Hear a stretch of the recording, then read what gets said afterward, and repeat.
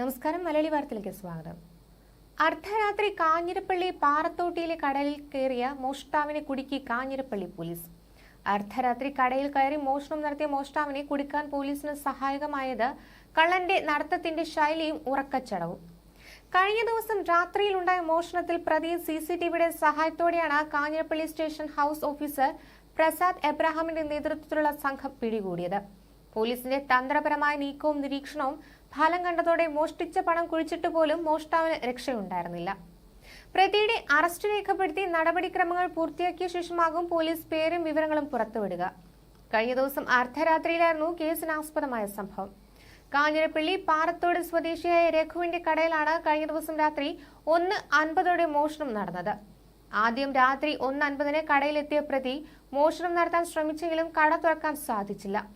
തുടർന്ന് ജോലി സ്ഥലത്തേക്ക് തിരികെ പോയ പ്രതി ഇവിടെ നിന്ന് സാധനങ്ങൾ എടുത്തുകൊണ്ടുവന്ന് പൂട്ടുപൊളിക്കാൻ ശ്രമിച്ചു.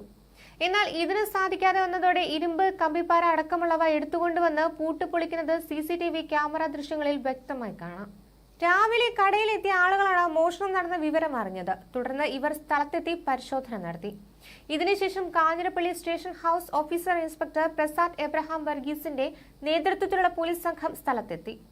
ഇവർ സിസിടിവി ക്യാമറ കേന്ദ്രീകരിച്ച് നടത്തിയ പരിശോധനയിൽ മോഷ്ടാവ് സമീപത്തെ കട്ടക്കളത്തിലേക്ക് നിരന്തരം പോകുന്നതായി കണ്ടെത്തി. തുടർന്ന് കട്ടക്കളത്തിൽ ഉണ്ടായിരുന്നവരെ നിരന്തരം ചോദ്യം ചെയ്തു. എന്നാൽ ഇവർ ആരും തന്നെ മോഷണം സമ്മതിക്കാൻ തയ്യാറായില്ല. തുടർന്ന് പോലീസ് സംഘം ഓരോരുത്തരെ ചോദ്യം ചെയ്യുകയും പരിശോധന നടത്തുകയും ചെയ്തതോടെയാണ് മോഷ്ടാവിനെ തിരിച്ചറിഞ്ഞത്. ഇതര സംസ്ഥാന തൊഴിലാളികളിൽ ഒരാൾക്ക് നല്ല ഉറക്കച്ചടവ് ഉണ്ടായിരുന്നു. ഇയാളെ നടത്തി പരിശോധിച്ചപ്പോൾ സിസിടിവിയിൽ ഇതിന് സമാനമായ രീതിയിലാണ് ഇയാൾ നടക്കുന്നതെന്ന് കണ്ടെത്തി. തുടർന്ന് ഈ കാര്യങ്ങളടക്കം ചോദ്യം ചെയ്തതോടെ പ്രതി മോഷണം നടത്തിയതായി സമ്മതിക്കുകയായിരുന്നു. മോഷ്ടിച്ച ശേഷം ലഭിച്ച പണം സമീപത്ത് കുഴിച്ചിട്ടതായും പ്രതി പോലീസിനോട് സമ്മതിച്ചു.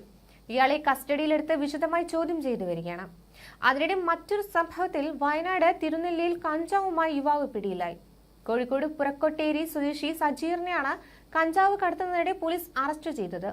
സെല്ലോ ടേപ്പ് ഉപയോഗിച്ച് കാലിൽ ഒട്ടിച്ചാണ് പ്രതി കഞ്ചാവ് കടത്താൻ ശ്രമിച്ചത്.